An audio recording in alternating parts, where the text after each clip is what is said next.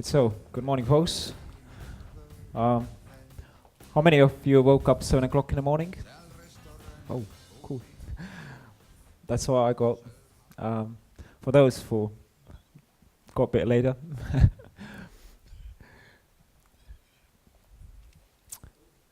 Okay. So a few pictures, few contacts. About myself, I have to say that I had to crush a wall to understand what's going on as inventor. And it's been a journey. My background is medical. I trained for military forces. I worked for the Estonian Defense Forces and Border Guard. And later on I got trained in UK in sports medicine, and I became a sports therapist, qualified in sports massage also. And I worked about 10 years in medical field. So with massage I got up to top athletes. I've done a couple of Olympic golds for world champions and lots of other good athletes. So after doing that for a while, I guess I got bored. I wanted to get out. So I wanted to go to US, which wasn't quite successful, and 3 months later I ended up in UK, which was successful. And I worked 5 years as a conference supporter, so pretty familiar all this, yeah. And during that time I filed my first invention in 2006 through Estonian Patent Office, and later on in UK and USA. Because I didn't have much money, I had to do it all myself and learn the whole process, which is pretty tricky. But I managed, and I did all filings myself. So, say a common guy like me can do it. I say you can do it. So don't be afraid when it happens that you got an idea in your drawer and you want to go out there and you have no money for patent lawyer. You can file a useful model yourself and start with that. You got a 1 year then to file for patent. So it's not that bad, it's not that hard. But it takes a lot of patience and courage. Okay, let's move on. Let's do a hard bit first. Patents. Patents are those which are behind the inventions. They're like passport for invention. So I want to go slightly back what happened here. In Estonia, Patent Office from May 19. Till 37 we had our own stuff, then German law kicked in. And I was interested what happened in number-wise, and I got the figures. In 17 years, we had almost 1,000 patents filed, which makes over 50 per annum. Then I call it productive Soviet era, which came after this. Why productive? Because numbers went up actually. Russians weren't stupid. They had to run a race with Yanks, and they found quickly a corner where brains were working. Estonia was that corner in the area. There probably were a few more corners, but Estonia was one of the most active corners. And we got this great flag for innovation here for the last 4 years before Republic came in again for us. So the numbers were good. The guys were doing a good prototypes, and the bits and pieces came from here which flew to space, including a marmalade from Põltsamaa.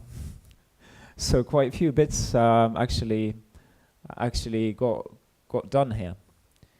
Now then the Estonian time came again, and first 3 years between 91 and 94 they had no patents filed. And I asked Patent Office, why is it so? I'm still waiting for the reply. They're working for law or something.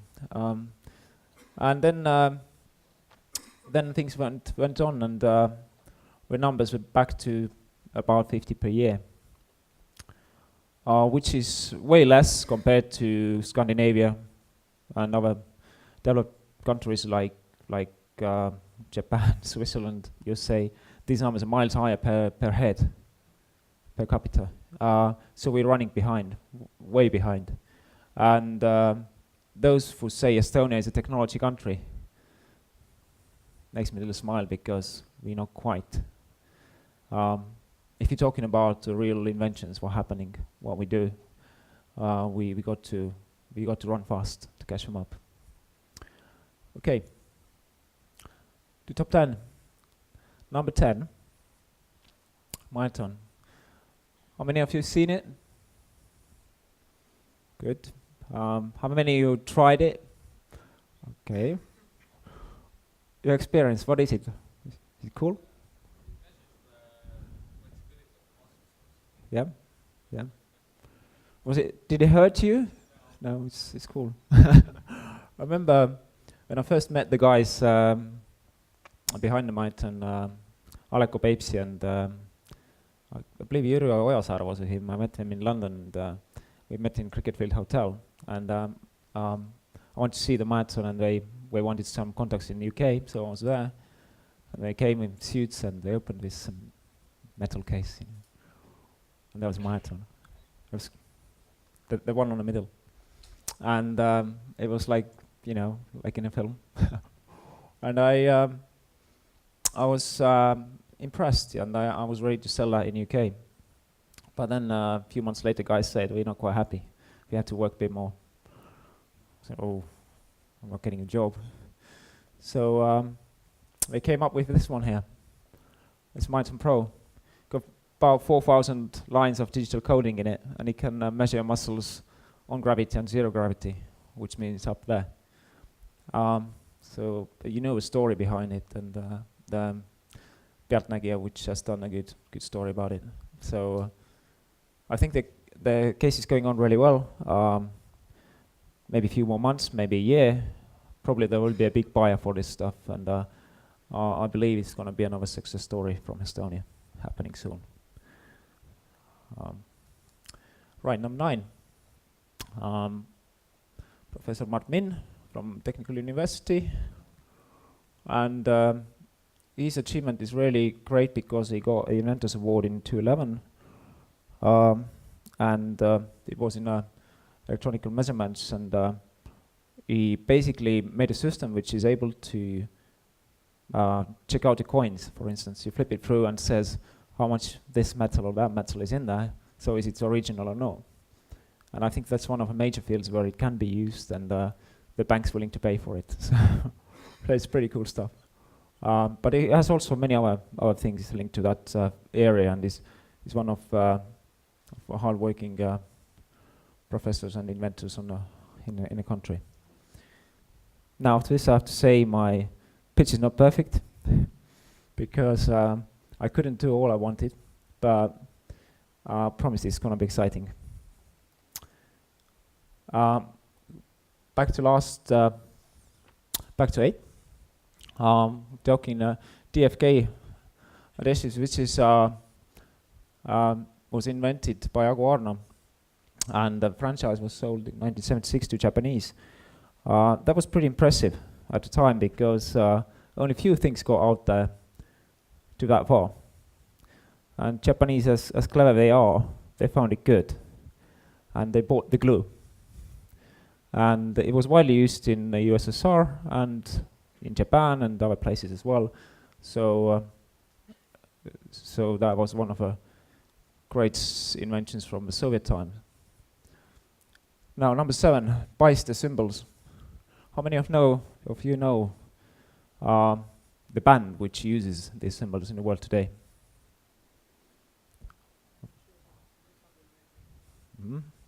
Any other suggestions? I heard U2 is using them also. There's quite a few bands that are using them, and stuff is really good. Invented back in 1906 in St. Petersburg. There, Thomas Beister was working in his workshop, and he fixed the instruments there, and he came up with this. Then number 6, Dr. Seppo I happened to work in his clinic actually when it was still there. When I was in medical college. One of the best staff was there in the country. One of the best surgeons was there. It was great place actually. People got helped, but the building ran down and they had to renovate it, and they sent away. But Arnold Seppo is interesting inventor because he was also a doctor who worked hard on what did he do. He also made a special liniment for burns. How many of you have used actually Seppo ointment or liniment for burns? You still can get it from pharmacy. There's a special recipe. So that's his stuff also. So he came up with a solution to fix the head of a humerus, which is a very common fracture in older age, especially ladies because of osteoporosis. And the head, in some reason, breaks off. And it's tricky to put it back there. So Dr. Seppo saw that there was a problem. And he solved it. And he happened to be the best in the world at the time. More I have to say about him, it was he was a doctor in Russian time.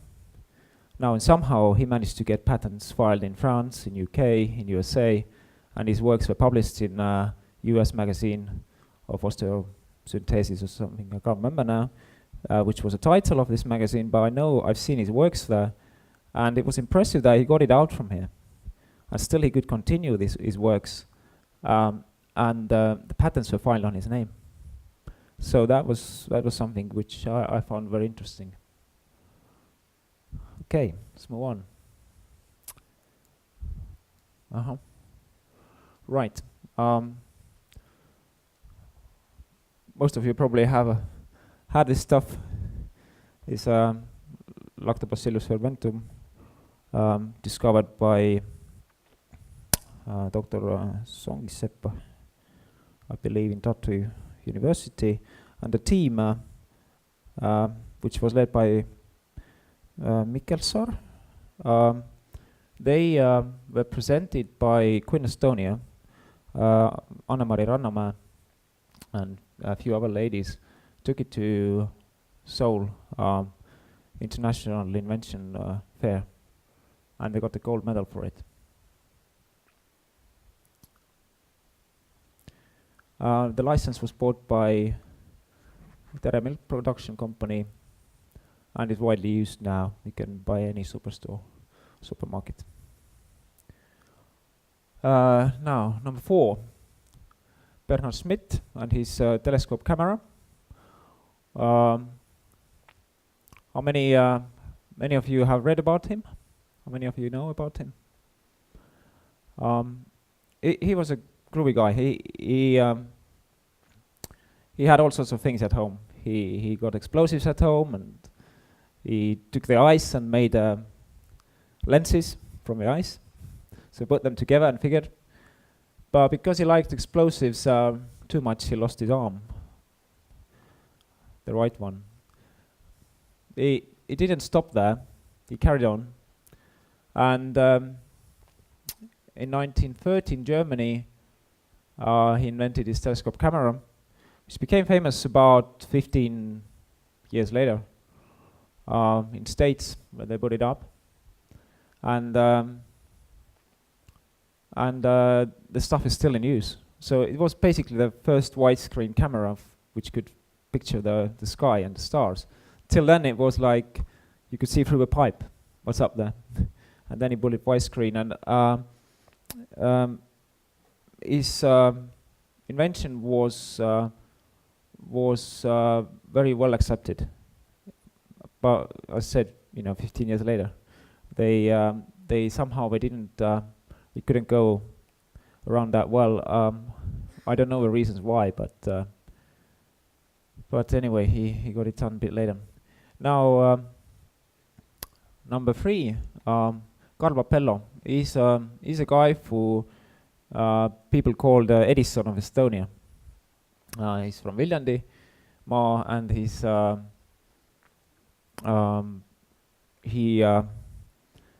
he has more than 100 patents on his name. This is gone, of course, by now, but he was one of great inventors what Estonia lost at the time. One of the great losses for us, because all these things here, say telescope camera, Papello and his electronic air, and the Minox camera, they all three there before the Great War, and 1930s, and they all went out. The reasons were similar.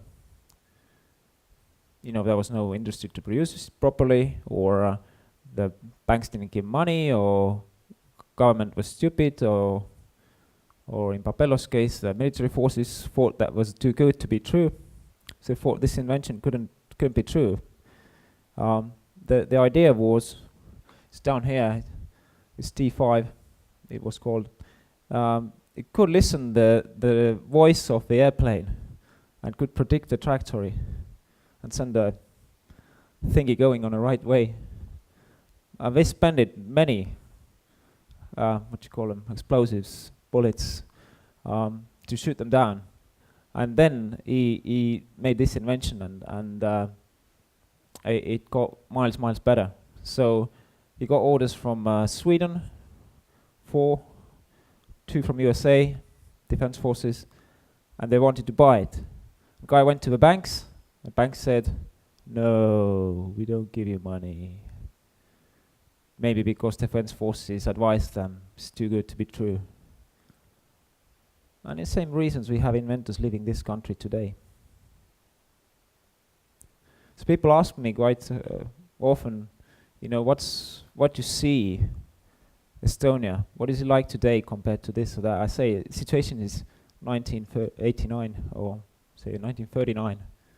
Then before the Great War, inventors left the country, and I feel very much similar today.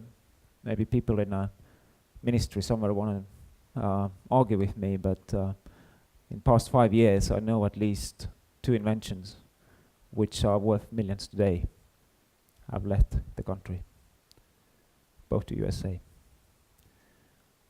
So we're losing money. We're losing money from poor management of intellectual property.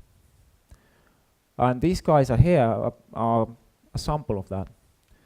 Carl Papello was working for the Carl Zeiss later on, and more than 100 patents on his name. So you can imagine the value of this guy created for Germany. And if it was here, well, obviously the war destroyed a lot, but you could imagine also how much money could have made for a country if it was well handled. Now, Minox is probably something which every Estonian knows, and not just. From 1969, Her Majesty of Queen, Mr. James Bond, made a premiere for us. And Walter Zapp also, he was, I would say, Latvian-German family who moved to Estonia in 1930s. He invented his first Minox, wooden one, in Riga, no, in Tallinn, and of course he struggled to make a prototype. So luckily he found some friends who helped him out to produce the prototype, and he got it working. But the next one had to be metal one, and for that he went to Riga and later on to Germany, where he became world famous. So he came to Estonia, I believe, on the second independence time, once or twice. He's been to Tallinn to see his Minox behind the glass. Well, probably he touched it as well, but he was here before he passed away. How many of you have actually held the Minox? Touched it, taken photos, anyone? Oh, still the same guy. Cool. I have hold it, but I haven't taken photos. Now, number one, Skype. Don't have to tell much about Skype. You all know it. You all use it. Well, say 90%. I believe. I believe the guys didn't quite know how big it's gonna be when they invented it. And I heard a story that there was in a London underground cafe somewhere. I don't know how true it is, but we're there and we want to call home. So it's shit. Call no money. So what are you gonna do? Two of them were code writers. So they wrote the code.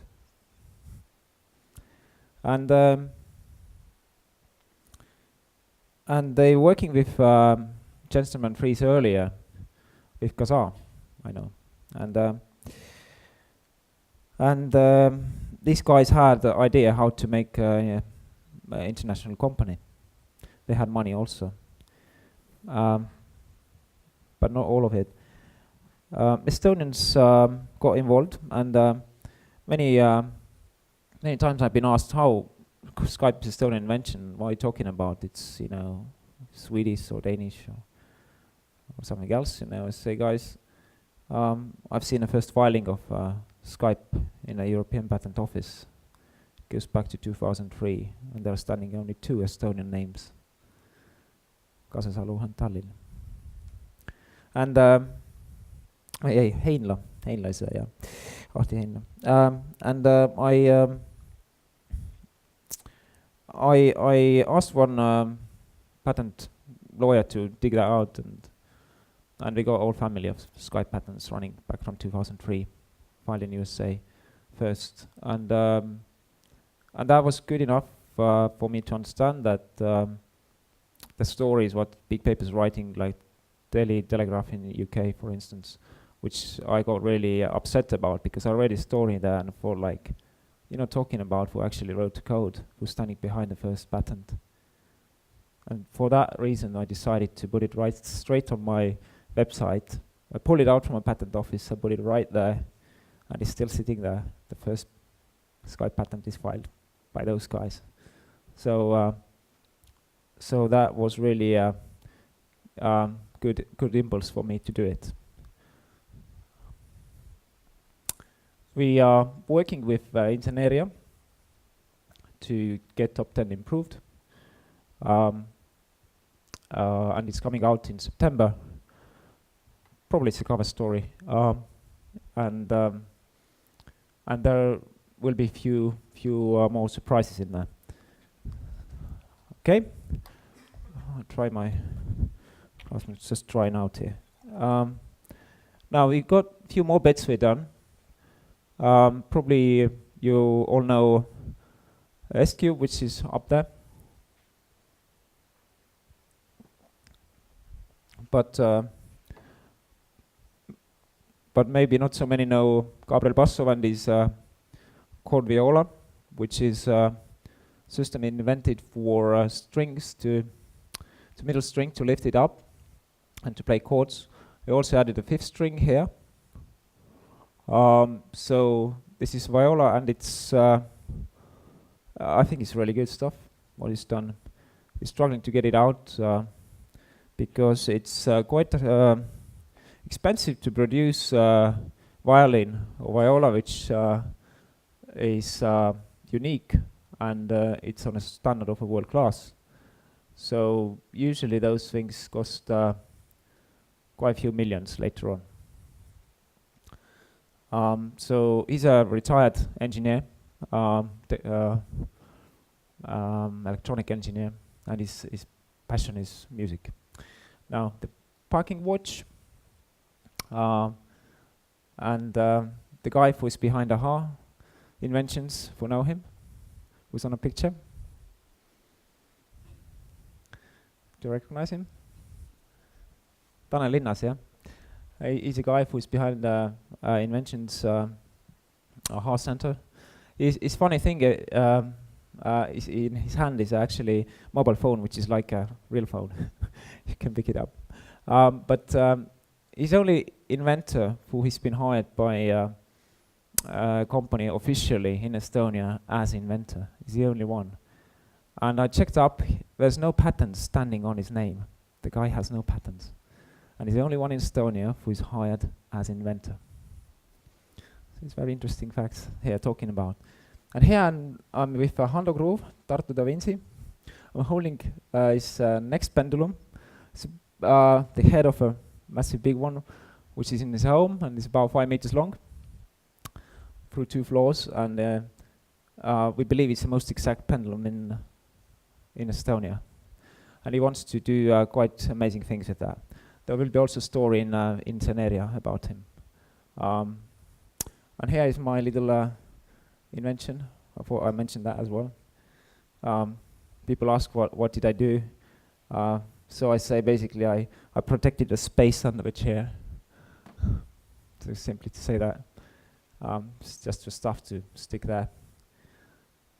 But because I didn't know very well how to move on, instead of pushing that to world markets, I decided to use that experience to make Estonian inventor.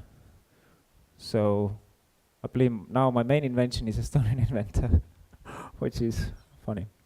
Anyway, the next one will be something in digital world I come up with. I understand the time is running out. Okay. Here's a mousetrap by Hando Groove. It's a double one. It's a real one. You want to touch it? You want to hold it? So, real invention. And probably next time I would talk to you about intellectual property and inventions. I only like to mention for 1 more minute that if you thinking of startup, it is extremely important to get yourself right first, because if you make any publications in media or internet, your inventive step can be spoiled and the patent office wouldn't file your patent. And that's quite important when you do any sort of invention. So make sure before you show off your stuff for the public, you are protected somehow. And that's the main point in that. So thank you very much, and I hope you found something, you heard something which you didn't know before. And if you want to watch it out, just go to my homepage and check it up. And there's a top banner there. You can find help in intellectual property wise, and there are stories running there, and the links to the places which could help you on with your idea from your head, from your draw to reality. And that's why I help people with their ideas to come true. So if you need help, or if you need help to get your idea out from your head, then you need to make quite a few steps. And we must make these steps in the right order. Otherwise, we can lose easily the invention or the idea we have. And that's what you should bear in mind. So thank you very much again. Thank you. Maybe I'll take 1 or 2 questions if anybody wants to jump in.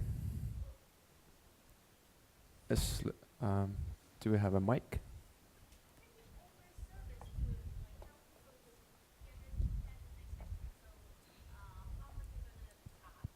So the question is about how much Leo is going to charge for helping with IP questions.